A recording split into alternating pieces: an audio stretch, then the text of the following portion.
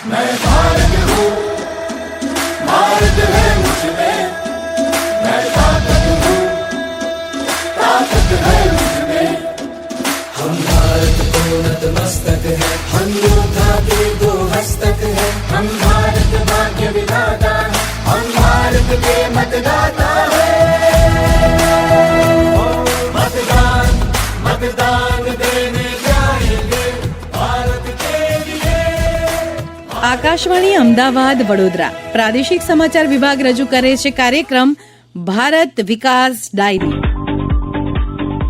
લોકસભાની ચૂંટણીના પડઘમ વાગી રહ્યા છે ત્યારે શ્રોતાઓને ગુજરાતમાં આવેલી લોકસભાની બેઠકોનો અને ત્યાંની વિકાસ કામગીરીનો પરિચય થાય તે માટે આકાશવાણી અમદાવાદના પ્રાદેશિક સમાચાર વિભાગ દ્વારા વિશેષ કાર્યક્રમ ભારત વિકાસ ડાયરી શરૂ કરવામાં આવ્યો છે.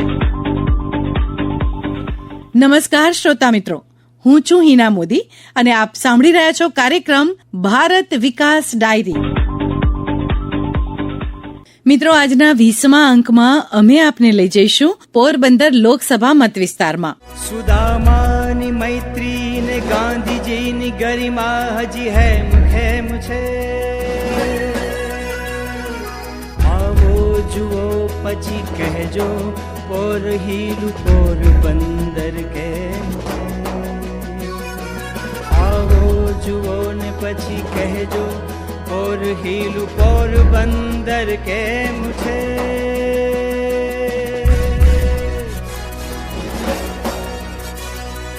અરબી સમુદ્રના કાંઠે વસેલો પોરબંદર જિલ્લો રાષ્ટ્રપિતા મહાત્મા ગાંધી અને કસ્તુરબા ગાંધીના જન્મસ્થળ તરીકે વિશ્વમાં જાણીતો છે. પોરબંદર શ્રીકૃષ્ણના બાળ સખા સુદામાજીની પણ જન્મભૂમિ છે. વર્ષ 1997માં જૂનાગઢ જિલ્લાનું વિભાજન કરીને પોરબંદરનો નવો જિલ્લો રચવામાં આવ્યો હતો. પોર માતાના મંદિરને કારણે તેનું નામ પોરબંદર પડ્યું હોવાનું કહેવાય છે. પોરબંદર 1000 વર્ષ કે તેથી વધુ જૂનો ઇતિહાસ ધરાવે છે.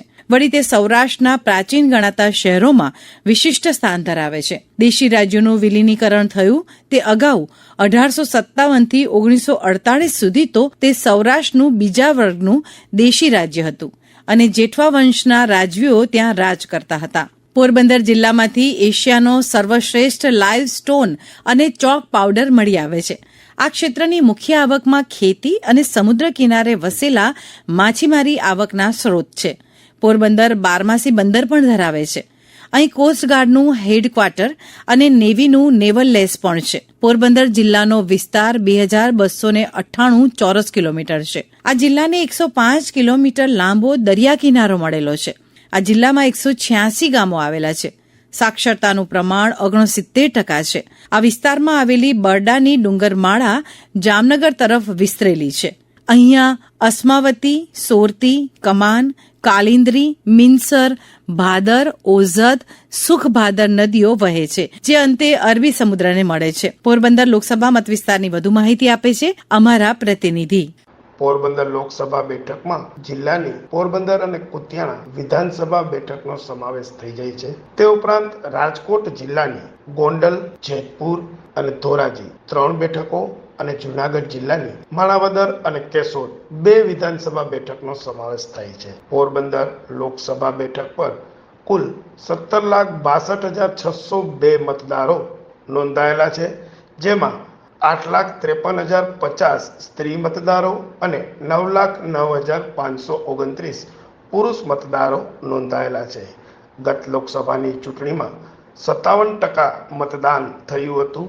ભારતીય જનતા પાર્ટીના ઉમેદવાર રમેશભાઈ ધડુકે 2,28,128 મતની લીડથી કોંગ્રેસના ઉમેદવાર લલિત વસોયાને હરાવ્યા હતા અને જીત મેળવી હતી. રમેશભાઈ ધડુકને 2019ની ચૂંટણીમાં પોરબંદર બેઠક પરથી 59.9% મત મળ્યા હતા, જ્યારે કે કોંગ્રેસના ઉમેદવાર લલિત વસોયાને 35.5% મત મળ્યા હતા. ગત લોકસભાની ચૂંટણીમાં પોરબંદર બેઠક પર કુલ બૂથની સંખ્યા 1854 હતી. મહેશ લુક્કા, પોરબંદર. પ્રધાનમંત્રી નરેન્દ્ર મોદીના નેતૃત્વવાળી કેન્દ્ર સરકારે છેલ્લા 10 વર્ષમાં પોરબંદર લોકસભા મતવિસ્તારમાં અનેક વિકાસ કામોની ભેટ આપીને આ વિસ્તારની કાયાપલટ કરી છે, જેમાં 6 લેન રોડ, ફ્લાયઓવર બ્રિજ, વિમાની મથકનું નવીનીકરણ, મેડિકલ કોલેજ, રેલવે સ્ટેશનોના નવીનીકરણનો સમાવેશ થાય છે. આ અંગે પોરબંદરના સંસદ સભ્ય રમેશભાઈ ધડુક વધુ માહિતી આપે છે. મારા વિસ્તારમાં પેલા મોટું 6 લેન રોડ જેતપુરથી રાજકોટ 1500 કરોડના ખર્ચે, જેમાં 45 ફ્લાયઓવર બ્રિજનું કામ ચાલુ છે અને 6 લેન રોડ મંજૂર કર્યો છે. તે બદલ અમે પ્રધાનમંત્રીશ્રીનો પણ ખૂબ ખૂબ આભાર માની છીએ. તેમજ કેશોદનું એરપોર્ટ 25 વર્ષ પછી નવું એરપોર્ટ અને આશરે 250 એકર જમીન સાથે એક મોટું એરપોર્ટ બની રહ્યું છે અને ઘણા સમયથી આ એરપોર્ટ બંધ હતું, પણ મોદી સાહેબે આ એરપોર્ટ રેગ્યુલર અત્યારે ચાલુ કરી દીધું છે અને મુંબઈની ફ્લાઇટ પણ ચાલે છે. આ અદ્યતન એરપોર્ટ બનશે એ મારા ખ્યાલ પ્રમાણે જુનાગઢનું અને કેશોદનું આ એરપોર્ટ ગણાશે, એટલે ખૂબ અદ્યતન એરપોર્ટ કેશોદમાં પણ બની રહ્યું છે. તેમજ ખાસ કરીને તમે જુઓ તો 300 કરોડના ખર્ચે આપણને મેડિકલ કોલેજ પણ આપવામાં આવી છે. એ પણ એક પોરબંદરે કોઈથી વિચાર્યું નહોતું એવું સરસ મજાનું આયોજન. ત્યારબાદ ગોંડલ રેલવે સ્ટેશન છે, કેશોદ રેલવે સ્ટેશન છે, એ 25 કરોડના ખર્ચે આખું નવું અદ્યતન આપણને આપવામાં આવ્યું છે. ત્યારબાદ 22 કરોડના ખર્ચે ગોંડલનું રેલવે સ્ટેશન એ પણ અદ્યતન બનાવી, અને એ પણ અમારી કલ્પના નહોતી કે આવું સરસ મજાનું 22 કરોડ રૂપિયા રાખીને અદ્યતન રેલવે સ્ટેશન થશે. તો આવા તો અનેક કામો જે કરવામાં આવ્યા છે કે એની વાત જ ન જવા દે. હમણાં તમને કહી દો 35 કરોડના ખર્ચે પેડલા ખાતે એક ઓવરબ્રિજ પણ બનાવી દીધો છે. એ બાદ અમારા અંદાજિત 300 કરોડના કામ છે કે જેતપુરથી પોરબંદર સુધી જ્યાં જ્યાં 4 રસ્તા પડે છે, જ્યાં ટ્રાફિક છે, ત્યાં ઓવરબ્રિજ બનાવી, એ પણ 300 કરોડ રૂપિયાનો પ્લાન પણ મંજૂર થવાની આરામાં છે. ભારત વિકાસ ડાયરી કાર્યક્રમ આપ અમારા ટ્વિટર હેન્ડલ @AIRnews_ABAD તેમજ YouTube channel AIR news Gujarat પર પણ સાંભળી શકશો. પ્રધાનમંત્રી નરેન્દ્ર મોદીની ગેરંટીવાળી સરકારે પોરબંદર લોકસભા મતવિસ્તારમાં 17 જેટલી વિવિધ લોક કલ્યાણકારી યોજનાઓના અમલથી આ વિસ્તારના લોકોને અનેક લાભો મળી રહ્યા છે. આ ક્ષેત્રમાં મોદી સરકારની સૌથી લોકપ્રિય પ્રધાનમંત્રી જન આરોગ્ય યોજનામાં લાભો લઈને લોકો વિનામૂલ્યે સારવાર મેળવી રહ્યા છે. આ અંગે પોરબંદર જિલ્લા કલેક્ટર KD લાખાણીએ વધુ માહિતી આપી.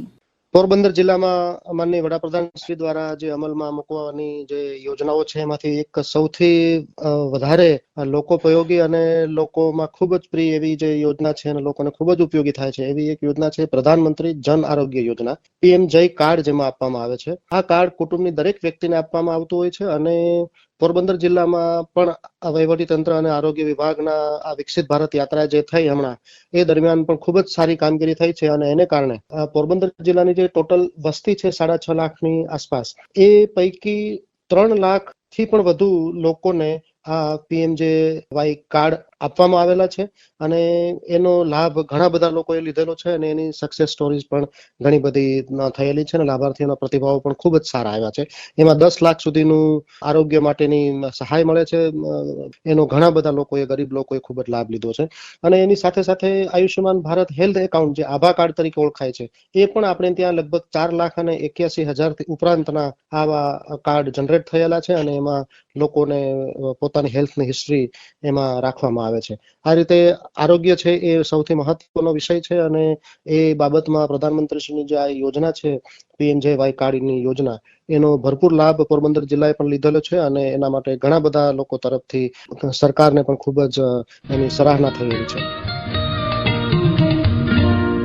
ડબલ એન્જિનવાળી સરકાર દ્વારા આ મત વિસ્તારમાં નલથી જલ યોજનામાં ઘરે ઘરે પાણી પહોંચાડવામાં આવી રહ્યું છે. આવા જ એક લાભાર્થીએ પોતાનો પ્રતિભાવ આ રીતે આપ્યો. માલદેજી અરસીજી વડોદરા. સિંગડા ગામે નલ સે જલ યોજનામાં વાસ્મો યોજનામાંથી આપણે ઊંચી ટાંકી પાણીની અને આખા ગામમાં લાઈન નવી, અને પેલા કરતા અત્યારે પાણી પણ ઓછા સમયમાં ભરાઈ જાય છે અને વીજળીનું પણ બિલ ઘટે છે, કેમ કે પેલી જૂની લાઈન હતી અને હવે નવી લાઈન થઈ ગઈ એટલે પ્રેશરથી પાણી આપે એટલે જે નાની મોટરથી ખેંચવું પણ નથી પડતું અને અત્યારે વીજળીનું બિલ પણ ઓછું આવે, મોટરે નથી જોતી, ગામની કોઈ પણ બહેનોને ક્યાંય પણ ભરવા જવાનું થતું નથી, ઘરે જ પાણી નળમાં આવી જાય છે નર્મદાનું.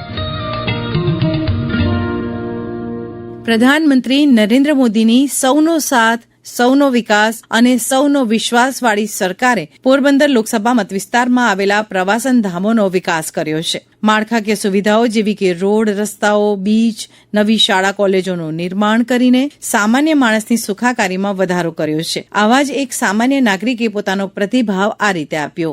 પોરબંદર છે તે ગાંધી બાપુ અને કસ્તુરબાની ભૂમિ છે, સાથોસાથ સુદામા નગરી પણ કહેવાય છે. પોરબંદર ખાસ એમની સુંદરતાને લઈને પ્રખ્યાત છે. પોરબંદરમાં સરકાર દ્વારા છેલ્લા 10 વર્ષમાં અનેક રીતે અનેક ભાગમાં વિકાસ કરવામાં આવ્યો છે. પ્રવાસનને જોઈએ પોરબંદરનો દરિયા કિનારો ને દરિયા કિનારે જે એને ખૂબ સુંદર બનાવવામાં આવ્યો. ગુજરાતનો બીજો રિવરફ્રન્ટ પોરબંદરના નસન ટેકરીની બાજુમાં બનાવવામાં આવ્યો છે.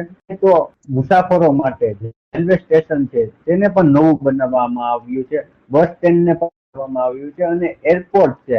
એરપોર્ટ માટે 2500 મીટરનો રનવે પણ સરકાર દ્વારા બનાવવામાં આવશે, જેને લઈને મુસાફરોને પોરબંદર આવવામાં બહુ સરળ બનશે. પક્ષી અભયારણ્ય છે પોરબંદરનું, તેને પણ વિકસાવવાના સરકાર દ્વારા પ્રયાસો કરવામાં આવી રહ્યા છે. ને વાત કરીએ તો પોરબંદર જિલ્લો છે તે બરડા ડુંગરથી ઘેરાયેલો છે. બરડા ડુંગરમાં સફારી શરૂ કરવાની સરકારે યોજના બનાવી છે, તેના પર પણ ભાજપ સરકાર છે તે કામ કરી રહી છે. પોરબંદરના રોડ, રસ્તા છે, બગીચાઓ સુંદર બનાવવામાં આવ્યા છે. પોરબંદર છે તે ખેતી અને મત્સ્ય ઉદ્યોગને લઈને પ્રખ્યાત છે. અહીંના ખેડૂતો અને માછીમારો માટે સરકારે ખાસ ધ્યાન રાખી અને અનેક યોજનાઓ બનાવી છે, જેને લઈને સરકાર દ્વારા અનેક માછીમારો અને અનેક ખેડૂતોને યોજના પણ આપી છે, જેનો લાભ માછીમારો અને ખેડૂતો લઈ રહ્યા છે. ભાજપ સરકારે 6.5 કરોડના ખર્ચે મેડિકલ કોલેજ અને હોસ્પિટલ બનાવવાનું આયોજન પણ કર્યું છે અને હાલ તે બિલ્ડિંગનું કામ 50% વધુ સંપૂર્ણ રીતે થઈ ચૂક્યું છે. છેલ્લા 10 વર્ષમાં ભાજપ સરકારે પોરબંદરનો ખૂબ જ વિકાસ કર્યો છે. શ્રોતા મિત્રો, પોરબંદર લોકસભા મતવિસ્તારમાં અનેક જોવાલાયક સ્થળો આવેલા છે. રાષ્ટ્રપિતા મહાત્મા ગાંધીજીનું સ્મારક, કીર્તિ મંદિર વિશ્વવિખ્યાત છે.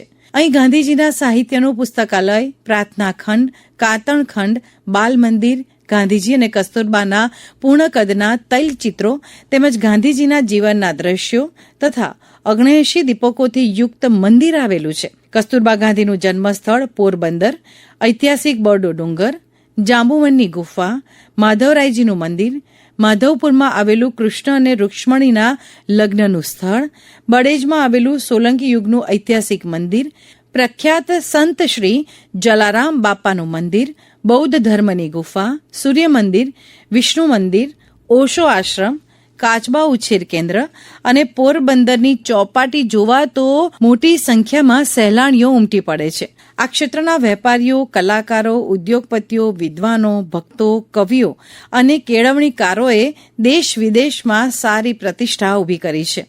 આઝાદી બાદ પોરબંદરના નવસર્જનમાં મહારાણા નટવરસિંહજી અને રાજરત્ન નાનજી કાળીદાસ મહેતાનો ફાળો રહેલો છે. પોરબંદરના યુવરાજ ઉદયસિંહ ભાણજીને ભારત સરકારે પદ્મશ્રી એવોર્ડથી સન્માનિત કર્યા છે. રાણો પાણો અને ભાણો અમુગામે વર્ષોથી વખણાય છે, સલામતી અસૌની રાખવા નેવી કોસ્ટગાર્ડની નેમ છે. આવો જુઓ પછી કહેજો પોરહીલું પોરબંદર કેમ છે. આવો જુઓ પછી કહેજો કે પોરહીલું પોરબંદર કેમ છે. આ સાથે જ આજનો અંક અહીં પૂરો થાય છે. આવતીકાલે રાત્રે 8 વાગે ફરીથી મળીશું એક નવી લોકસભા બેઠકની માહિતી સાથે. ત્યાં સુધી રજા આપો. પ્રસ્તુત કરતા ભરત દેવમણી, સંપાદન અપર્ણા ખૂંટ, આલેખન અજય ઇન્દ્રેકર, રજૂઆત અને સંકલન હિના મોદી. मतदान मतदान देने जाएंगे.